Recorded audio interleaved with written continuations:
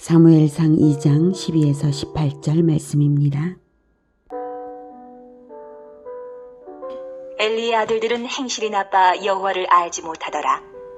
그 제사장들이 백성에게 행하는 관습은 이러하니 곧 어떤 사람이 제사를 드리고 그 고기를 삶을 때에 제사장의 사환이 손에 3살 갈고리를 가지고 와서 그것으로 냄비에나 솥에나 큰 솥에나 가마에 찔러 넣어 갈고리에 걸려 나오는 것은 제사장이 자기 것으로 가지되 실로에서 그곳에 온 모든 이스라엘 사람에게 이같이 할 뿐 아니라 기름을 태우기 전에도 제사장의 사환이 와서 제사 드리는 사람에게 이르기를 제사장에게 구워드릴 고기를 내라.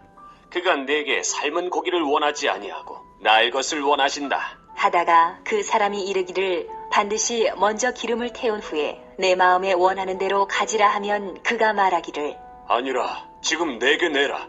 그렇지 아니하면 내가 억지로 빼앗으리라 하였으니 이 소년들의 죄가 여호와 앞에 심히 크문 그들이 여호와의 제사를 멸시함이었더라. 사무엘은 어렸을 때에 세마포 에봇을 입고 여호와 앞에서 섬겼더라.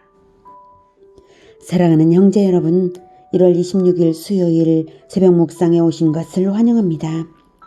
11절까지에서는 한나가 어린 사무엘을 엘리 제사장에게 데려와서 하나님을 위하여 평생을 드리고 하나님께 경배와 찬양을 올려드린 것을 보았습니다. 하나님의 종들이 한때는 마귀의 종들에게 조롱을 당할지라도 마침내 기름 부음 받은 자의 뿔을 높이실 때에는 여호와를 대적하는 자들이 산산이 깨어질 것을 예언했는데요. 핵심절이 바로 2장 10절이죠. 여호와를 대적하는 자는 산산이 깨어질 것이라. 하늘에서 우레로 그들을 치시리로다. 여호와께서 땅끝까지 심판을 내리시고 자기 왕에게 힘을 주시며 자기의 기름 부음을 받은 자의 뿔을 높이시리로다 하니라. 그리스도의 재림 때에는 하나님의 종들을 높이시고 대적하는 자들은 심판으로 멸망당할 것을 말하는 것입니다. 이 예언은 창세기 3장 15절에 여자의 후손 언약을 지지하며 하나님 편에 굳건히 서서 하나님의 원수를 대적하는 자의 태도가 잘 나타난 찬양이면서 예언입니다.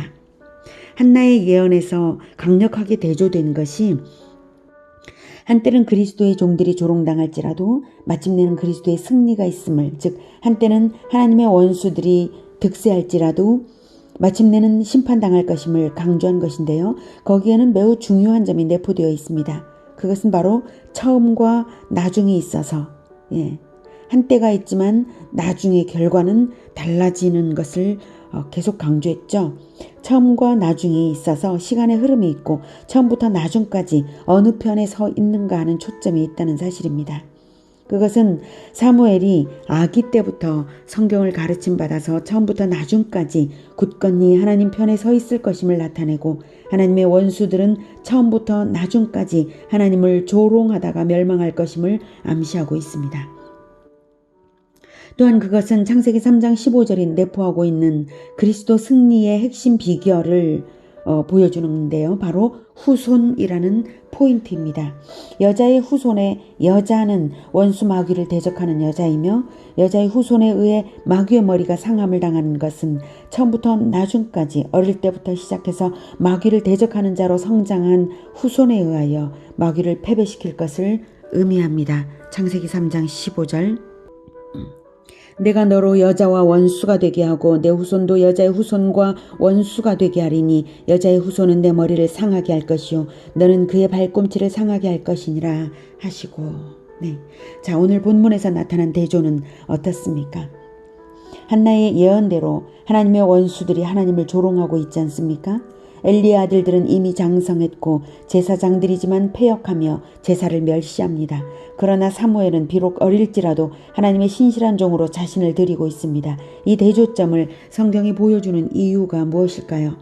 그것은 마침내 한나의 예언대로 된다는 것을 말하기 위한 것입니다.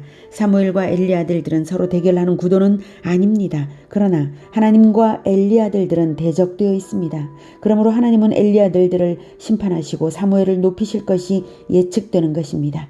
말하자면 엘리는 하나님의 무기와도 비밀 병기와도 같았던 엘리가 아니라 사무엘은 하나님의 비밀 병기와도 같았던 것입니다. 그리고 승리하는 자는 여자의 후손인 것처럼, 즉 부모 세대로부터 원수 마귀를 대적할 것을 가르침받은 어린 후손이 마침내 승리하는 주역이 될 것을 암시하고 있는 것입니다. 그리고 그 승리의 핵심은 성경을 어릴 적부터 배워서 하나님을 경외하는 것에 있습니다. 자, 아니나 다를까 엘리의 아들들의 행실을 보십시오. 12절, 엘리의 아들들은 행실이 나빠 여호와를 알지 못하더라. 네. 이 개역 한글로는 이것이 엘리의 아들들은 불량자라 여호와를 알지 아니하더라 이렇게 번역했는데요. 불량자는 원어상 벨리알의 아들, 즉 마귀 아들이라는 뜻입니다. 하나님의 아들들이어야 할 제사장들이 바로 마귀 자식이 되어 있는 것입니다. 그러니 하나님을 알고 있는 자들이 아니죠. 13절, 그 제사장들이 백성에게 행하는 관습은 이러하니, 관습. 네. 엘리 아들들이 어쩌다 그런 나쁜 행동을 한 것이 아니라 늘 행실이 이랬다는 것입니다. 곧 어떤 사람이 제사를 드리고 그 고기를 삶을 때에 제사장의 사환이 손에 3살 갈고리를 가지고 와서 그것으로 냄비에나 솥에나 큰 솥에나 가마에 찔러 넣어 갈고리에 걸려 나오는 것은 제사장이 자기 것으로 가지되 실로에서 그곳에 온 모든 이스라엘 사람에게 이같이 할 뿐 아니라. 네. 무도하기 짝이 없고 보란듯이 하나님의 것을 강탈하는 강도의 모습이죠. 15절, 기름을 태우기 전에도 제사장의 사원이 와서 제사 드리는 사람에게 이르기를 제사장에게 구워드릴 고기를 내라. 그가 내게 삶은 고기를 원하지 아니하고 날 것을 원하신다 하다가. 네. 모든 제사의 제물은 반드시 먼저 여호와의 몫인 기름을 번제단에 태워 여호와께 바치는 것이 우선입니다. 그 후에야 제사장의 몫을 취할 수 있었습니다. 엘리 아들들의 행태는 율법을 완전히 무시한 폭력입니다. 16절, 그 사람이 제사를 드리는 사람이 이르기를 반드시 먼저 기름을 태운 후에 내 마음이 원하는 대로 가지라 하면 그가 말하기를, 제사장의 사환이 말하기를 아니라 지금 내게 내라. 그렇지 아니하면 내가 억지로 빼앗으리라 하였으니. 백성들을 가르치고 훈계해야 할 제사장들이 오히려 백성에게 가르침을 받아야 할 지경이 되었는데도 제사장이라는 절대적인 권좌에 앉아 있으므로 마음대로 오만방자하게 행하며 제사를 멸시하고 있습니다.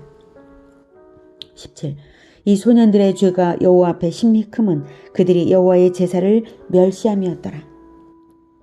엘리 아들들의 죄는 도덕적인 죄일 뿐만 아니라 신성 모독죄이기 때문에 죽음만이 결말이 될 것입니다.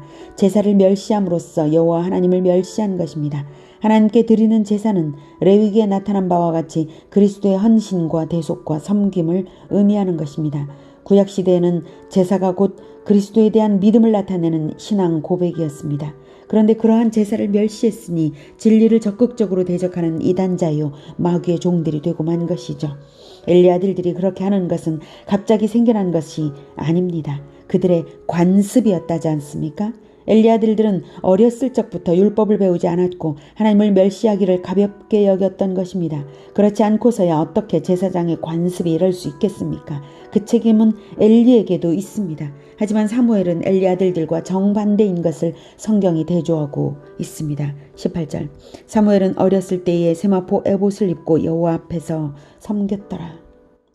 창세기 3장 15절이 마귀에 대한 승리를 여자의 후손의 승리라고 후손이라고 말하는 데에는 어렸을 때부터 하나님의 종이라는 정체성을 입고 하나님을 섬기는 도리를 배우며 행하는 자들에 의해 마침내 승리가 될 것을 알게 하는 포인트입니다.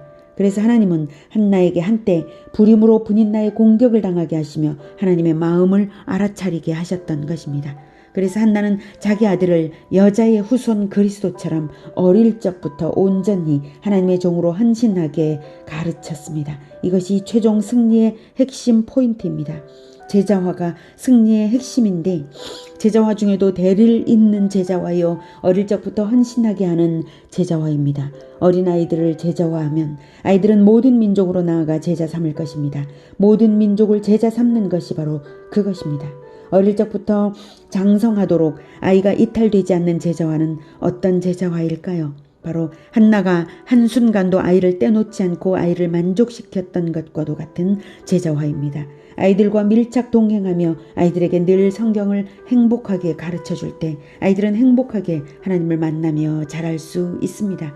어릴 적에 행복한 배움과 자부심은 인생을 당당하게 하며 확신 넘치게 합니다. 그렇게 하나님을 배운 아이들은 세상을 이기는 그리스도의 용사들이 될 것입니다.